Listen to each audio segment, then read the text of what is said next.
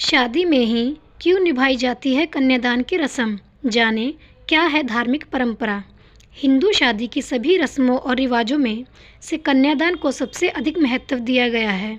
कन्यादान की रस्म प्राचीन काल से चली आ रही है, लेकिन क्या आपको पता है कि क्यों निभाई जाती है यह रस्म और कैसे हुई कन्यादान की शुरुआत? आइए जानते हैं। हिंदू धर्म में विवाह के दौरान बहुत सी रस्में निभाई जाती हैं, जिनकी अपनी अपनी अलग महत्ता है। कहा जाता है कि जब तक सभी रस्में पूरी नहीं हो जाती, तब तक कन्या और वर को पति पत्नी का अधिकार प्राप्त नहीं होता है। हिंदू धर्म में शादी की हर रस्म और रिवाज का अपना महत्व होता है, लेकिन इन सभी रस्मों में से कन्यादान की रस्म काफ़ी महत्वपूर्ण होती है। कन्यादान का अर्थ होता है कन्या का दान देना। सभी दानों में से यह दान सबसे बड़ा दान माना जाता है। इस रस्म के तहत हर पिता अपनी बेटी का हाथ वर के हाथ में सौंपता है, जिसके बाद कन्या की सारी जिम्मेदारियां वर को निभानी होती हैं। कन्यादान एक ऐसी रस्म है जो कि पिता और बेटी के भावनात्मक रिश्ते को दर्शाती है। क्यों निभाई जाती है कन्यादान की रस्म? विवाह में वर को भगवान विष्णु और वधू को माँ लक्ष्मी का दर्जा दिया गया है।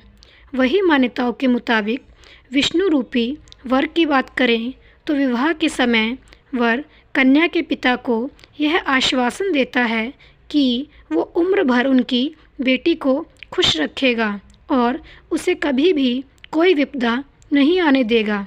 इतना ही नहीं, दोनों एक दूसरे के परिवार की जिम्मेदारी को निभाने में एक दूसरे का साथ देंगे। हिंदू धर्म में कन्यादान को महादान माना गया है। ऐसे में जिन माता पिता को कन्यादान करने का मौका प्राप्त होता है, वो काफ़ी सौभाग्यशाली होते हैं। ऐसा माना जाता है कि जो माता पिता कन्यादान करते हैं, उनके लिए इससे बड़ा पुण्य कुछ नहीं है। यह दान उनके लिए मोक्ष की प्राप्ति के द्वार खोलता है।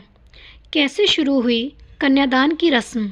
पौराणिक कथा की माने तो दक्ष प्रजापति ने अपनी कन्याओं का विवाह करने के बाद कन्यादान किया था। ब्रह्मांड के 27 नक्षत्रों को प्रजापति की पुत्रियां कहा गया है, जिनका विवाह चंद्रमा से हुआ था। इन्होंने ही सबसे पहले अपनी कन्याओं को चंद्रमा को सौंपा था, ताकि सृष्टि का संचालन आगे बढ़े और संस्कृति का विकास हो। कन्यादान का महत्व। हिंदू धर्म ग्रंथों के मुताबिक कन्यादान को महादान की श्रेणी में रखा गया है, क्योंकि इससे बड़ा दान कोई नहीं हो सकता।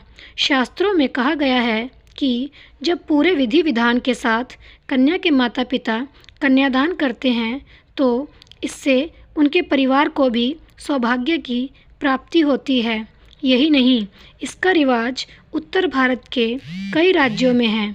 वहाँ पर कन्या की हथेली को एक कलश के ऊपर रखा जाता है और फिर वधू की हथेली पर वर अपना हाथ रखता है। इसके बाद उस पर पुष्प, गंगाजल और पान के पत्ते रखकर मंत्र पढ़े जाते हैं। फिर पवित्र वस्त्र से वर वधू का गठबंधन किया जाता है। इसके बाद 7 फेरों की रस्म होती है, जिसके बाद कन्यादान की रस्म पूरी की जाती है। दोस्तों, ये थी हमारी कन्यादान की रस्म। आशा करती हूँ आपको ये जानकारी अच्छी लगी होगी और बहुत लोगों को तो पहले से पता भी होगा। जानकारी सुनने के लिए आपका बहुत बहुत धन्यवाद।